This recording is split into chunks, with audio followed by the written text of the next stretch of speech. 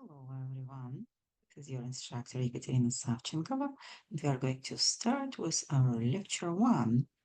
Today we are going to talk about systems of linear equations and matrices. And we are going to start with some definitions, so section 1.1, Introduction. Point 1.1, Introduction.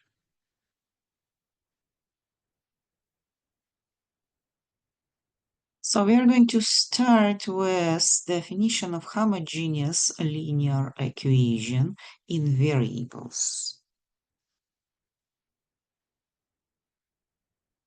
So a1 x1 plus a2 x2 plus a3 x3 plus an xn equals 0 is going to be called homogeneous because it equals to 0.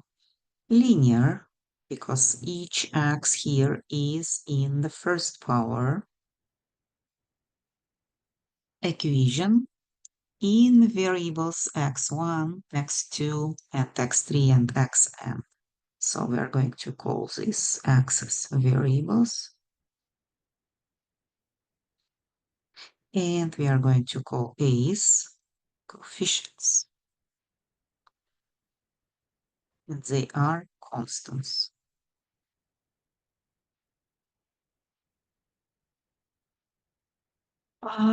Examples. For example, 2x1 plus 3x2 equals 0. Example number 1. Or 2x plus 3y equals 0. Example number 2. Both equations are linear equations. In the first one, we used same name for variable x, and we use different indexes. 1, 2 can be more, right? In the second one, we use different names for variable. So my first variable is x, my second variable is y. We can use x, y, and z normally if you deal with less or equal than 3 variables. More variables, it's better to enumerate with indexes. If you combine such equations into a set, you are going to get a system of linear equations. Definition. System of linear equations. A finite set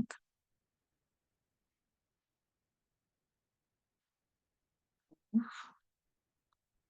linear equations. For example, can be 2x plus 3y equals 0, and 4x minus 2y equals 0, as an example. So you have more, you can have as many as you like, but it's supposed to be finite. Finite means that it's like a limited amount of equations, not infinitely many. Yeah, I'm using the bracket to show that these equations are unified in one system. You don't have to, it's just like I used it. I was in school and I'm still using it just by inertia. What is going to be a solution? Definition. A solution of the system is going to be either pair of x, y, in this case two variables, which turns each equation into a true statement. Or it can be n tuple. If you have more than two variables and more than two equations, can be a set of n numbers, which is called ordered n tuple. Can be triple, quadruple probably. So system which has at least one solution is called consistent.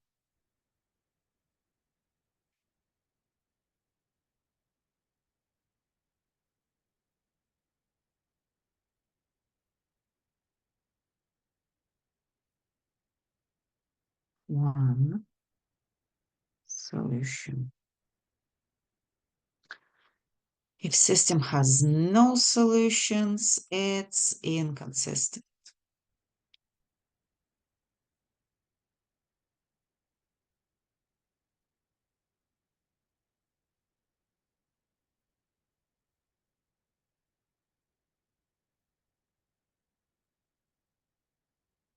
Give me a second. Need to move a little bit my screen, and there is something. Oh, sorry, a special line I put over here.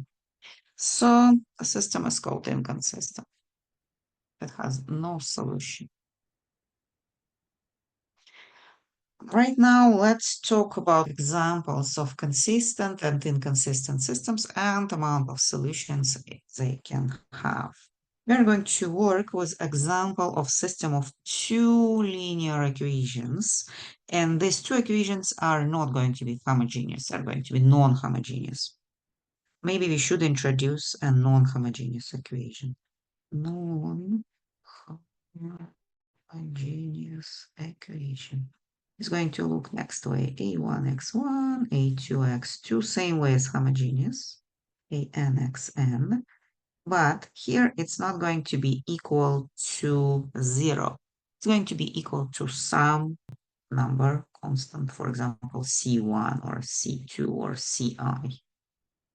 So the only difference is that homogeneous has 0 on the right side and non-homogeneous has some free term, let's say, term which does not have any variable multiplied by it. So let's consider a system of two equations, two variables, and like it's not going to be homogeneous. Some example, a1x plus b1y equals c1, my equation number one. And here you see that I label my variables x, y, and my constants or coefficients are a1 and b1 and c1. c1 is a free term. a2x b2y equals c2. So each equation in this system is graphically describing a line on a plane, right? It's just like, let's consider equation number one. Equation one, let's consider a1x plus b1y equals c. I'm going to move this term to the right, and I'm going to have b1y equals c minus a1x. And then I'm going to solve for y, dividing by b1. b1 dividing by b1, both sides, right? I'm going to move the term with x in front, minus a1 over b1 plus x plus c, right? This is equation of a straight line. The second equation can be modified that same way. I'm going to write it down like y equals minus a2 b2x plus c2.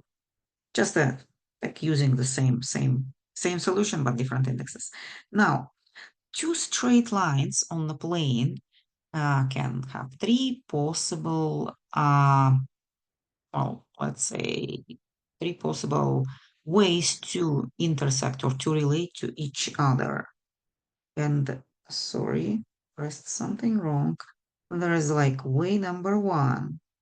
That's going to be like two lines intersect, right? We know that two straight lines can, for example, intersect. Let's kind of label that this is the first line and this is the second line, and they intersect. And we know that if two lines intersect, there's going to be one intersection point that's going to have coordinates x and y. Or maybe I should label them with some other indexes, but let's say, oh, sorry. Mm, Uh, I pressed something wrong on my computer. And oh, sorry, I moved my whiteboard and it did not move over here. I have some technical problems with my computer, and I have to use my tablet to write it down. And unfortunately, when I do it, it's not synchronizing right away with like Zoom sharing screen on computer. Okay, But let's go back to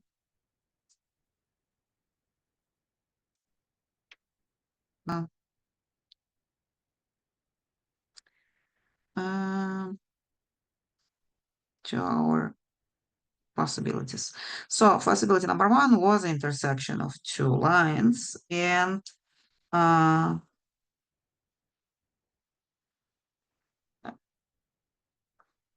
poss intersection of two lines, and it has only one system has only one solution. Uh, we can label. Maybe I should label it with different kind of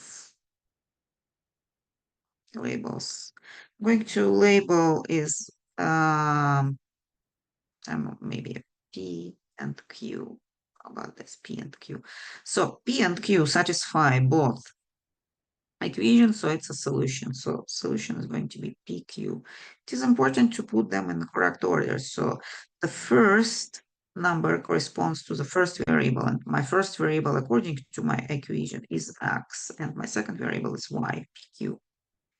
Number two, we can have two straight lines parallel to each other, right? Like this. And let's imagine that the first line is this one and the second one is this one. In this case, we know that two parallel lines never intersect, so there is no solution. The system is inconsistent.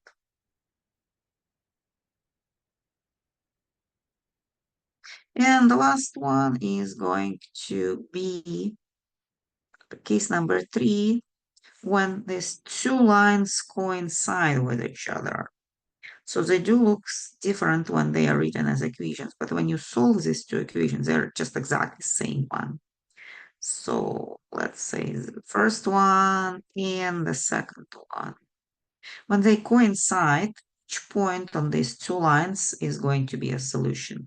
So we're going to have infinitely many solutions.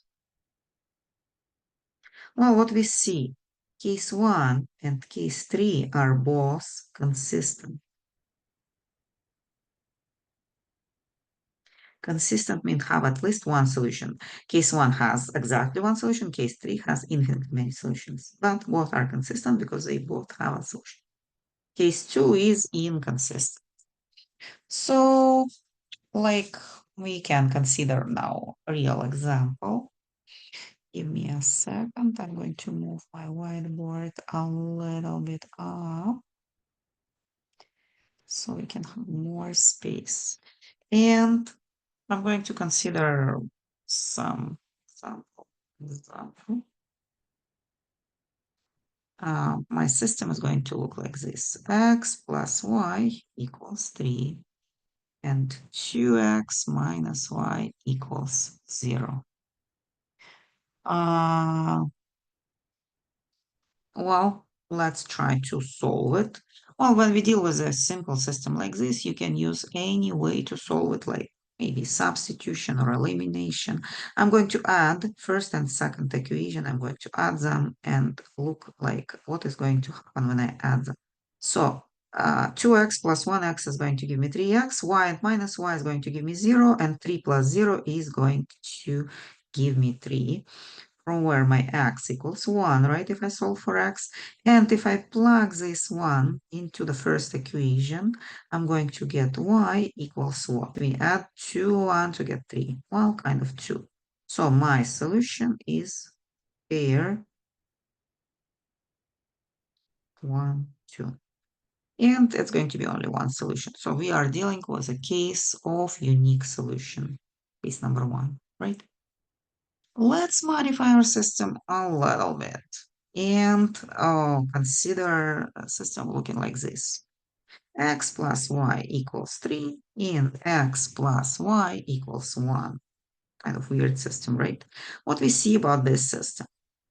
Well, first, kind of looking very strange. Like we cannot make two numbers equal to 3 and at the same time the same two numbers sum equals to 1. So we already see from the system that the system is inconsistent. We're not going to find any two numbers which fit both equations just because they're basically have a same left side and different right sides. So I'm going to write them inconsistent.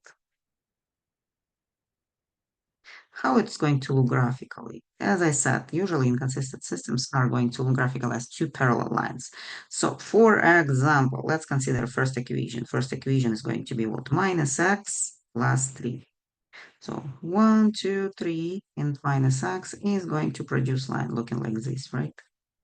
Now, solving second equation, we are going to get minus x plus 1. Basically, you already see like why it's going to be two parallel lines because it's basically the same line and just a different y-intercept. This is my second line. This is 1, this is 3, right? 6, it's 1. Well, we see two parallel lines, inconsistent system. In the last case, let's consider something like this. X plus y equals 3 and 2x plus 2y equals 6. You already see that these two equations are actually one equation, right? Because you can easily get second equation multiplying the first one by 2. So these two lines, if you graph them, are going to coincide and we are going to have infinitely many solutions. Infinitely many solutions. Still, how do we write them down? Sorry, my name word solutions doesn't look like it's solutions. Solutions. Well, infinitely many solutions is not actually the answer. It answers a question like how many solutions, but it does not tell me what are going to be solutions. Now, what are going to be solutions? Well, what we can do, guys, because we actually have just one equation, x plus y equals 3, which means that, well, we have too many variables here. Like either x or y can be considered a free variable. Free variable, it's a variable which you can set up to any number. For example, I'm going to set up y equals t, like any number. Let me push it up alone. So if y equals t, and I solve now this equation for x, I'm going to have x equals 3 minus t. So my solution actually is going to look like this, 3 minus t for x and t over here. And t can be any real number. Yes, it's going to be a solution. So you see that it's going to give me infinitely many solutions, but solutions are not going to be just arbitrary pairs of arbitrary numbers. No, for example, if I choose t equals 1, then my solution is going to be 3 minus 1 is 2 and 1, which is going to coincide actually to solution of the first system we considered, right? Just x and y are going to be switched. But again, you understand, for example, you consider t equals 2, you're going to have solution 1, 2. This is exactly a solution of the first system we have. Just because you can set up t to any real number, we're going to have infinitely many solutions, but those solutions have certain order in them. So x and y depend on each other. They're not random numbers. Um, well, uh, for example, we can consider a next equation which consists out of next system of equations which consists out of three equations. Let me shift my board up and consider a three variable system. Which change my color. Kind of I get bored with green. Example number 2. Three variables. I'm going to pick up very simple system of equations. I'm going to label my variables x, y, z.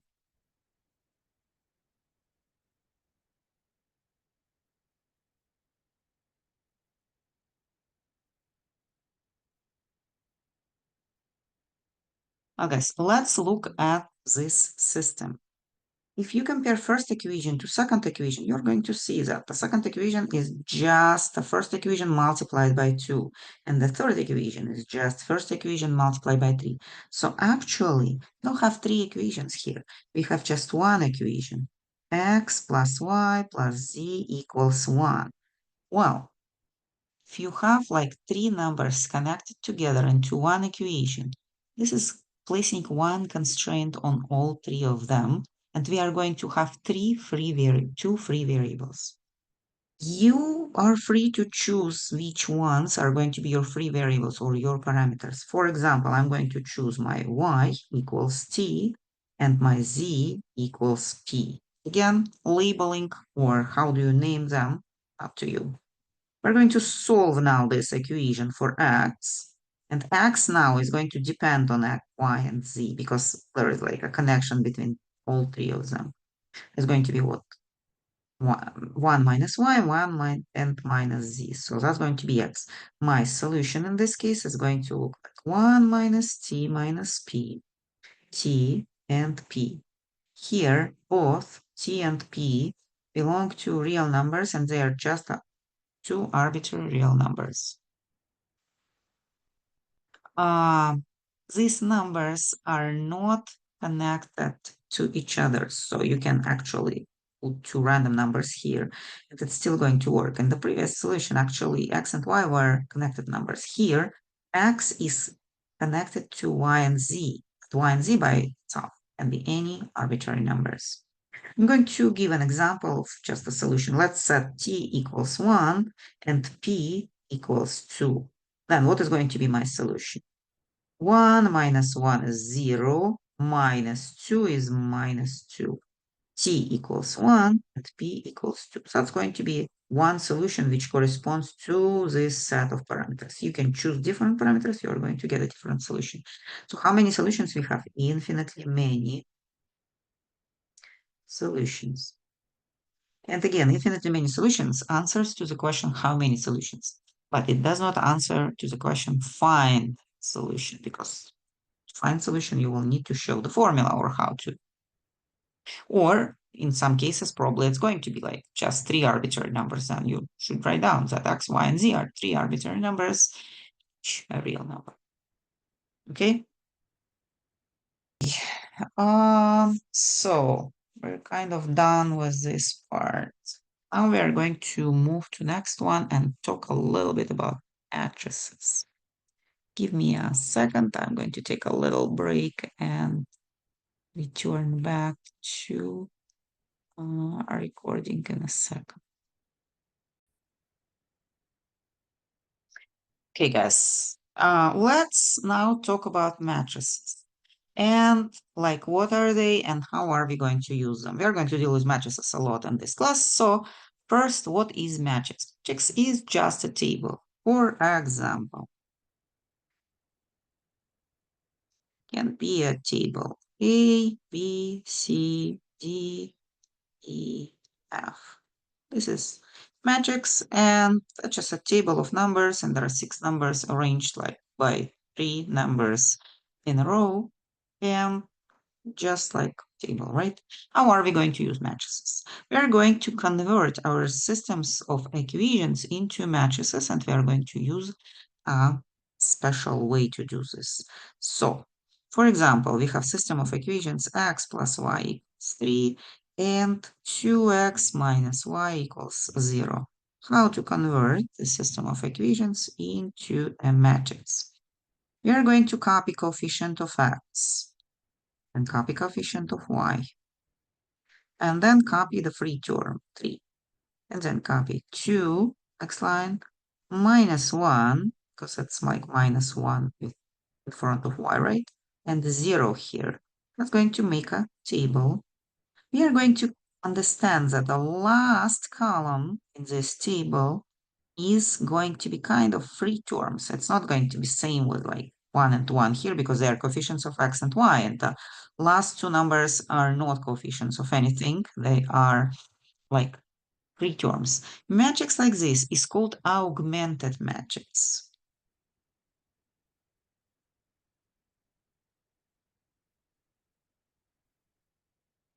Augmented means that, what is augmented and why it's augmented? Let's consider the same system and use only left side of a system and write down matrix 1, 1, 2, minus 1. This is called matrix of coefficients.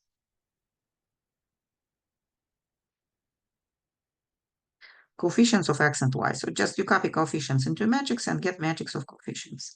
Now, why this one is called augmented? Augmented means enlarged in comparison to matrix of coefficients.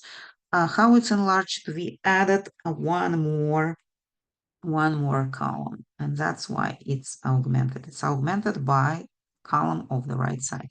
And by the way, I forgot to tell that we are going to call our vertical parts of the matrix columns.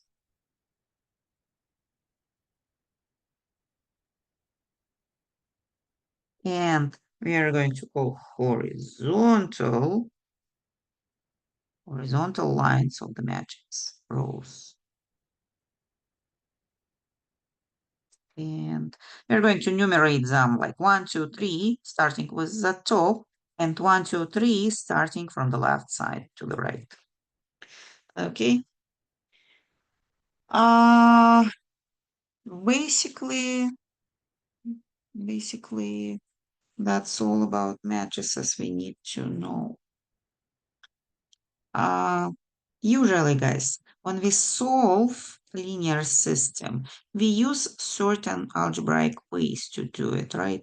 For example, what we can do, how I was solving the system. I was just adding both equations, right? If you consider matrix, what are you going to add? Actually, you are going to add two rows, right? To kind of get one from which you calculate x. Well, operations on rows are called row operations. What are kind of possible or legal row operations?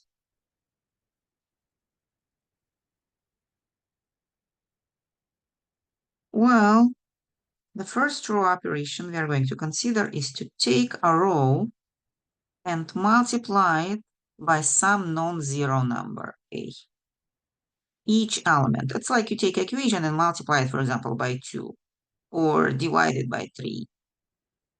So multiply by non-zero real number. That's the first row operation. Second operation is what we can do. We can take row number 1, or we can take equation number 1 and add it to equation number 2. Or we can actually multiply equation number 1 by some number and add it to equation number 2, or subtract. And we're going to get a new equation, which is going to help us to solve it. That's how we kind of do elimination, right? We're trying to eliminate.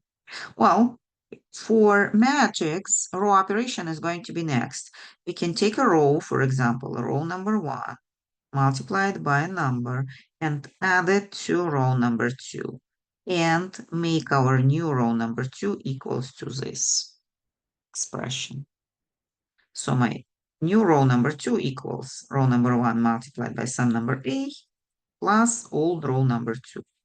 Going to put old here and new here. You don't need to write it down. It's just like once showing like what is going to be the result.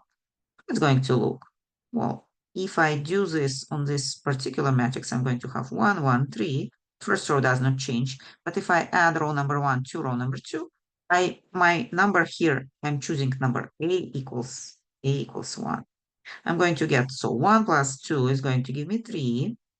And 1 minus 1 is going to give me 0, and 3 plus 0 is going to give me 3. So you see, this is like application of row operations.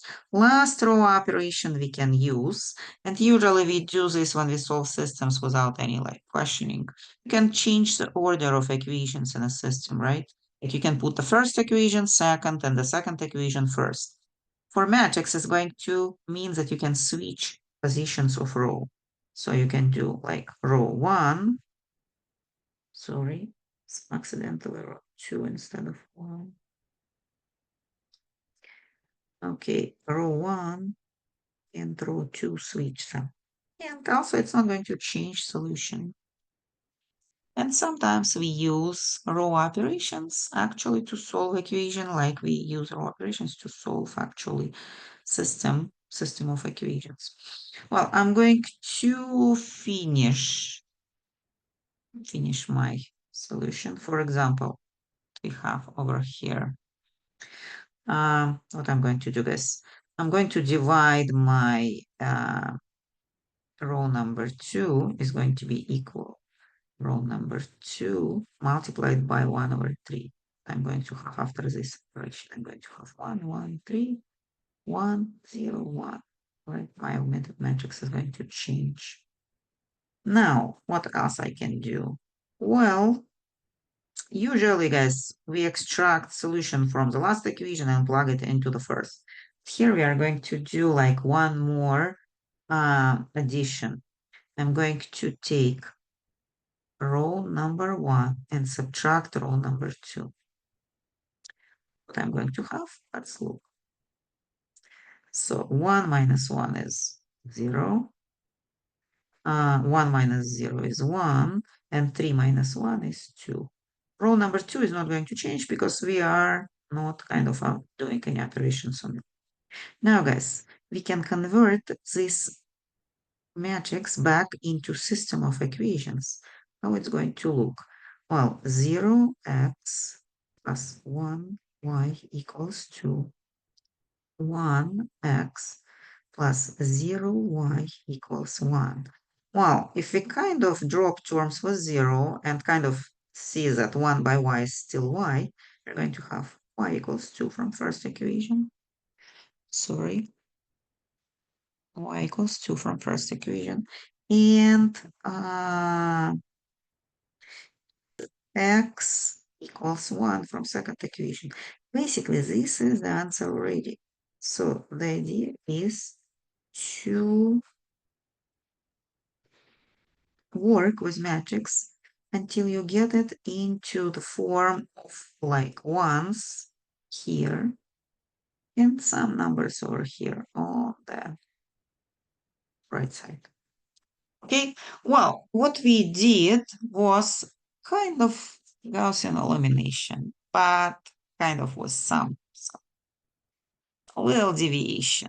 Normally, people are going to do it a little bit differently, and these ones are not going to be sitting in uh, opposite, like opposite to main diagonal. They're going to sit on main diagonal. Okay, I think that's all about matrices, and maybe in our next class, I'm going to teach you like proper Gaussian elimination. This was some elimination, not really like Gaussian elimination. Okay, I think that's all for this lecture, and I'll see you next time.